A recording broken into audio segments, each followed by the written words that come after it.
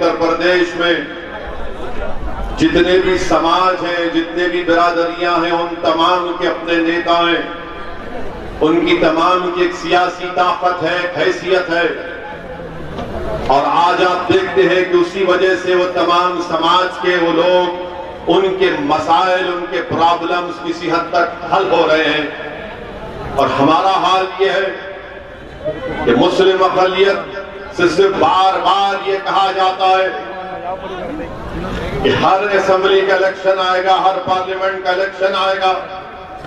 1950 से हम देख रहे हैं कि जब कभी भी कोई इलेक्शन आता है तो हमारे ही दरमियान से बाज लोगों को खड़ा कर दिया जाता है और कहा जाता है कि देखो, जिंदगी और मौत का मसला है, जरा एहतियात से अपने वोट का इस्तेमाल करना।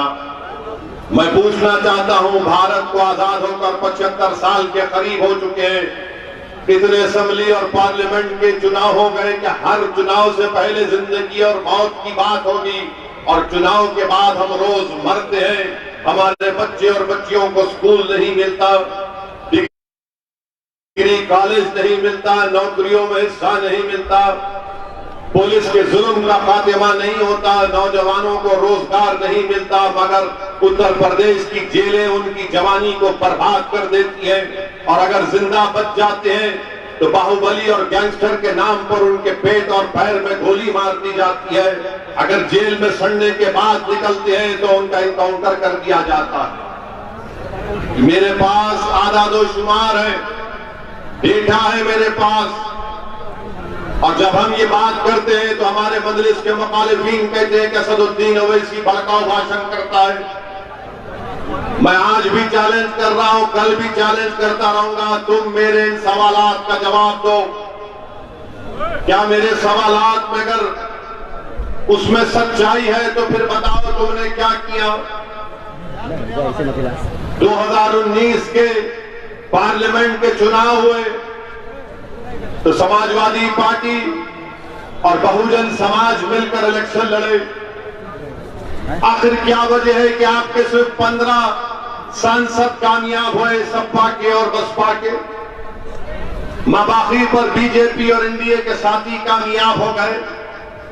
आज मुझ पर इल्जाम लगाते हैं कि असदुद्दीन ओवैसी वोट काटने आया है। मैं तुमसे सवाल कर रहा हूं, क्या यह बात सच नहीं है कि 2019 के लोकसभा के चुनाव में ये डेटा सामने आया कि हमारे 71% हिंदू भाइयों ने बीजेपी मोदी को वोट किया और 75% उत्तर प्रदेश के मुसलमानों ने सपा और बसपा को वोट किया। उसके बावजूद भी उनके सिर्फ 15 सांसद कामयाब हुए और बाकी सांसद बीजेपी और उनके साथी पार्टियों के कामयाब हुए। तो बताओ, वोट काटने वाला कौन है? फिर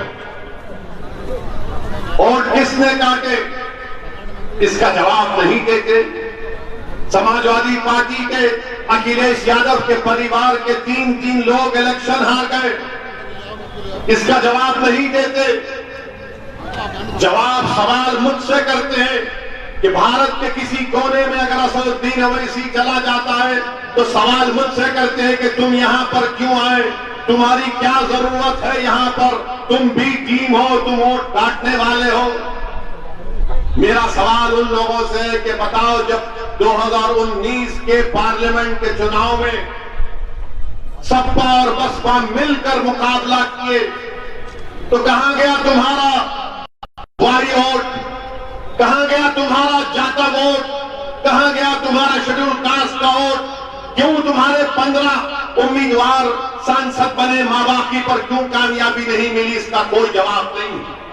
तो मालूम हुआ कि इनका वोटर खुद मोदी को वोट डालकर आ गया। 2017 के असेंबली के इंतखाबात हुए, कांग्रेस और सपा मिलकर लड़े, क्या नतीजा निकला? 300 के करीब बीजेपी के विधायक कामयाब हुए और लोकसभा के चुनाव में मजलिस का कोई उम्मीदवार नहीं था, कोई उम्मीदवार नहीं था लोकसभा के चुनाव में मजलिस का। इसके बावजूद भी आप बीजेपी को नहीं हरा सके। मुझ पर इल्जाम लगाने वालों, सुनो हमने क्या किया, हम तुमको बताते हैं। मैं आपको भी बताना चाहूंगा कि औरंगाबाद महाराष्ट्र में 21 साल से शिवसेना का एमपी जीतता था औरंगाबाद की सीट पर। मजलिस ने अपना उम्मीदवार इम्तियाज जलील को खड़ा किया तो इम्तियाज जलील ने 21 साल के शिवसेना के एमपी को हराकर वहां पर मजलिस इत्तेहादुल मुस्लिमीन के उम्मीदवार को कामयाब किया। जो काम कांग्रेस, राष्ट्रवादी कांग्रेस नहीं कर सकती, काम मजलिस इत्तेहादुल मुस्लिमीन ने औरंगाबाद से कर दिखाया। बताओ, अगर हम वहां पर शिवसेना को हरा सकते तो क्या यहां पर शिवसेना के सगे भाई बीजेपी को नहीं हरा सकते उत्तर प्रदेश में? आप बताइए फिर कैसे हुआ 3 सीट पर ओवैसी की पार्टी लड़ती है लोकसभा के चुनाव में। हैदराबाद के अवाम को सलाम, हमने बीजेपी को हराया, औरंगाबाद में शिवसेना को हराया और किशनगंज बिहार से अख्तरुल ईमान हमारे मौजूदा सदर बिहार ने 3 लाख वोट हासिल किए, वहां पर कांग्रेस का उम्मीदवार जीता। फिर ये इल्जाम लगाते बिहार को ओवैसी गए थे, 5 इनके विधायक जीत गए। तो बताओ, अगर मेरी बात सच है, मैं आज भी कहता हूं, आओ तुम एक मंच पर आकर बात कर लो, मुझसे बहस कर लो कि असदुद्दीन ओवैसी के इलेक्शन लड़ने से बीजेपी को फायदा होता है या नुकसान होता है। कोई सामने नहीं आ सकता, कोई बैठ नहीं सकता 5 मिनट मेरे सामने।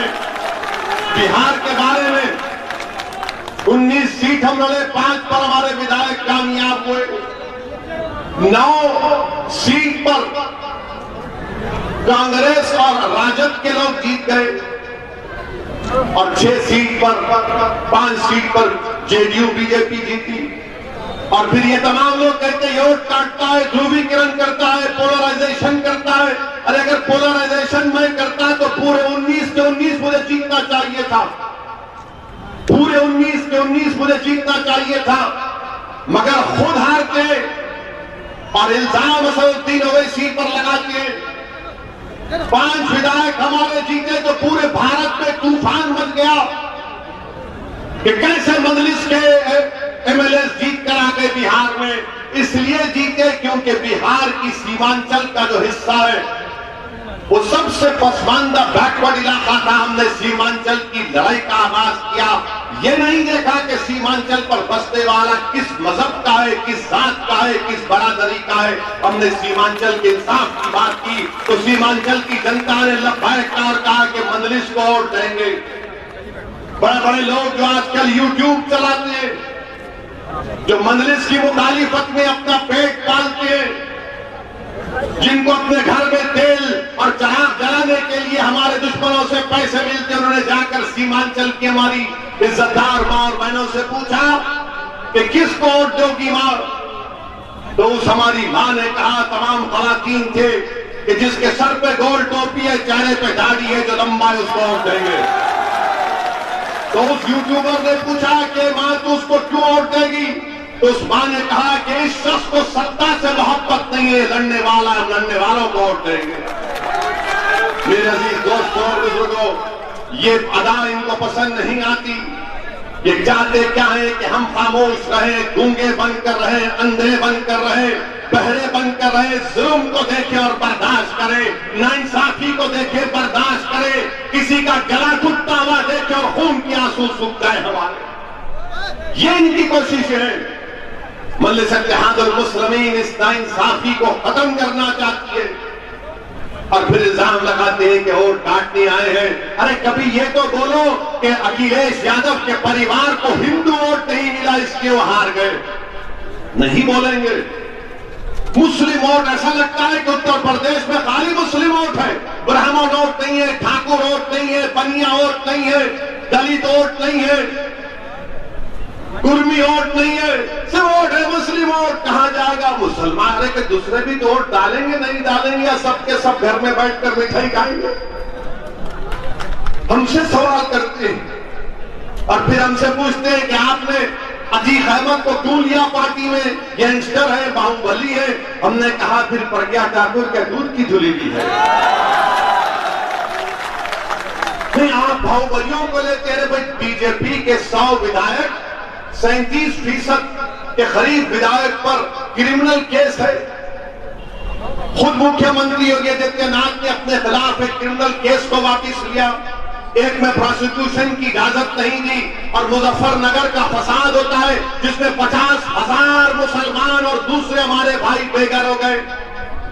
70 केसेस योगी सरकार वापस लेती है, उस पर कोई आवाज नहीं उठाता। तो मालूम हुआ कि अगर किसी का नाम अतीक है, मुख्तार है, शहाब है, तो उनकी नजर में ये गिल्टी है, और दूसरों का नाम अगर ये नहीं होगा तो नहीं, जब तक कोर्ट फैसला नहीं करती वो इलेक्शन लड़ सकते हैं। ये इनका इंसाफ है मेरे अजीज दोस्तों।